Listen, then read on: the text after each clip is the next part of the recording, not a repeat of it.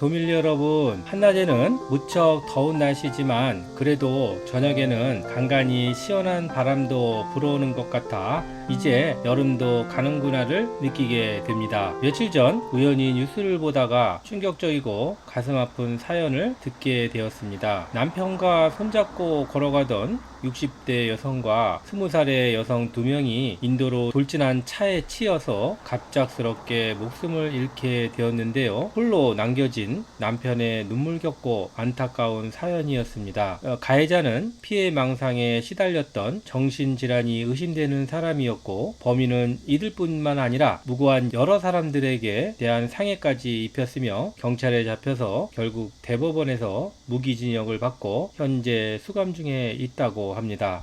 그래서 오늘은 일명 묻지마 범죄에 희생된 분들의 이러한 비극이 더 이상 반복되지 않기를 바라는 마음으로 본 영상을 제작하였습니다. 끔찍했던 사건, 많은 이들에게 아픔을 남긴 이 비극적인 사건의 범인, 과연 그의 사주에는 어떠한 비밀이 숨겨져 있는 것일까요? 오늘 영상에서는 사주 명리학적 관점에서 사건 범인의 사주 팔자를 심층적으로 분석해 봅니다. 사주에 드러난 그의 기질, 성격, 그리고 운의 흐름을 통해서 왜 그런 극단적인 선택을 하게 되었는지 그 근본적인 원인을 명리학적으로 탐구해 보고자 합니다. 범죄를 절대로 미화하거나 정당화하려는 의도가 아닙니다. 단지 사건의 이면을 들여다보고 사회적 비극을 예방하기 위한 통찰을 얻는데 그 목적이 있습니다. 그럼 충격적 범행, 사주로 분석한 범인의 사주 심리 분석을 시작하여 보도록 하겠습니다.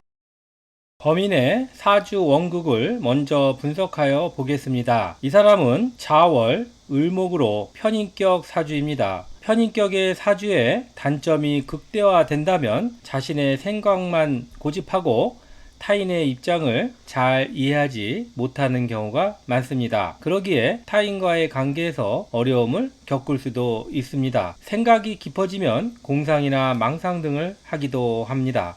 또한 편인 도화에 해당하니 내면의 욕망을 비정상적으로 해결하려는 경향이 있을 수 있습니다. 또한 운에서 묘목을 만난다면 그것이 부정적으로 작용할 확률이 커질 수도 있습니다. 사주를 살펴보면 겨울나무이므로 남방 화기운을 반깁니다. 그래서 시기별 대운의 방향도 잘 살펴봐야 할 것입니다. 천간을 살펴보면 무토, 정제와 경금, 정관이 투출되어 있는데요.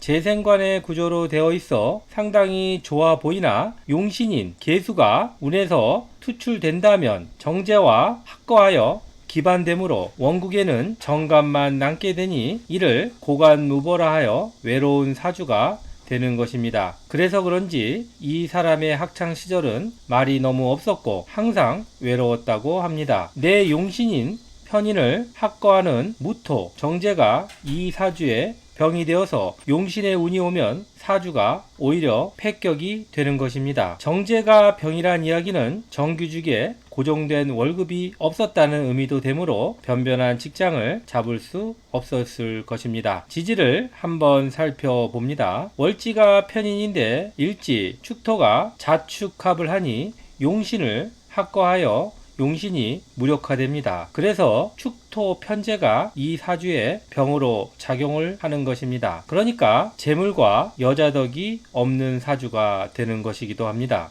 또한 재극인하는 모습으로 돈 때문에 내 가진 것을 잃어야만 했다는 의미로 해석할 수도 있습니다. 직업이 무엇이었을까를 명리적으로 살펴보면 연지와 월지가 자진합이 되어 있는데요. 이는 편인, 즉 내 기술을 가지고 돈을 버는 사람이란 의미이며 또한 인성이 도화의 기술이니 예를 들어서 게임 개발하는 일을 하였다고 합니다. 자, 일주를 보니 을축일주로 관성 인묘되는 일주인데요. 그마저 외로이 홀로 투출되어 있던 경금 정관이 인묘되어 무력화되니 내 명예와 직위가 없었다는 이야기가 됩니다. 이 사람은 피해망상이 심화해서 평소 자신이 스토킹 피해자라고 호소하였다고 합니다. 그럼 이런 정신질환과 관련된 사주 명리적 요소는 과연 어떻게 파악할 수 있을까요? 우리나라 현대 명리학자 중 명리학의 동의보감이라 불리는 사주 척경을 집필하신 자강 이성영 선생님의 사주 척경이라는 책을 참고하여 말씀드리고자 합니다. 이 책에서는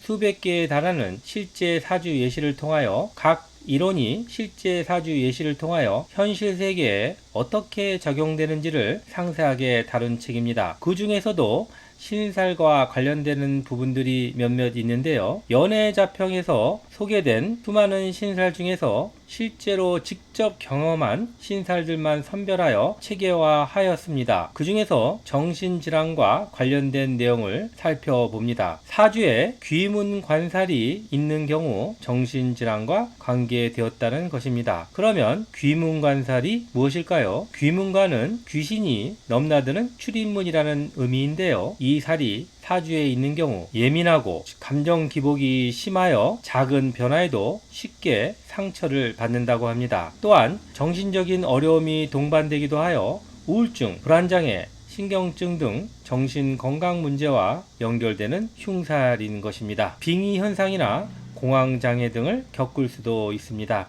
그러나 귀문관살이 있다고 해서 모든 이가 정신적인 증상이라고 해석하기보다는 일단 이 살이 사주 내에 있게 되면 예민하고 까칠하다는 일반적인 성향은 있을 수 있습니다. 하지만 이 살도 사주 내에서 긍정적으로 작용하게 되면 예술적 창의성과 고도의 집중력으로 한 분야의 전문가가 될 수도 있답니다. 사주 내의 전체적인 관점에서 그 유분리를 따져야 할 것입니다. 그러면 귀문관살의 종류는 어떤 것이 있을까요? 지지로 사주 내에 자유, 추고, 묘신, 진해, 사술, 인미 등이 사주 내에 있는 경우를 말합니다. 두 번째 경우는 목일간과 화일간 중에서 신약한 경우도 정신질환에 걸릴 수도 있습니다. 이는 두뇌와 정신을 관장하는 오행이 바로 목기운과 화기운이기 때문입니다. 총명하기는 하지만 신약한 경우 의지가 박약하고 정신적인 문제의 가능성을 내포할 수 있습니다. 귀문관살이 사주 내에 있는 경우에도 일간이 신강한 경우라면 긍정적으로 작용할 가능성이 높고 신약한 경우라면 또한 부정적으로 작용할 가능성이 높다고 말합니다. 또한 기토, 일간자들도 신약한 경우 마찬가지로 정신질환 가능성이 높아지는데요. 특히 물이 많은 경우 우울증의 가능성이, 화기운이 강하면 정신질환 가능성이 있습니다. 여기에 귀문관살이 더해지면 그 가능성이 좀 더 높아진다고 볼 수 있습니다. 한번 예시 사주를 살펴보도록 하겠습니다. 자, 기토일간인데요. 신월에 태어났고 묘일로 묘신 귀문관살이 있네요. 관살이 이렇게 상관, 편관으로 되어 있어 전반적으로 신약한 사주에 해당이 됩니다. 사주 척경에서 정신질환을 알아본 사주라고 예시되어 있는데요. 특히 일지, 편관을 깔아서 질병에 취약하다는 것을 의미합니다. 천간에 투출된 병화는 인목에 뿌리를 내리고 있으나 신월, 신금월지에 인신충으로 병화 인성이 생조를 못하고 있다라고 설명하고 있습니다. 자, 이제는 오늘 예시된 사건 범인의 사주 원국과 대운을 통하여 그 운의 성패를 분석해 보고자 합니다. 먼저 겨울나무이므로 남방 화기운을 당깁니다.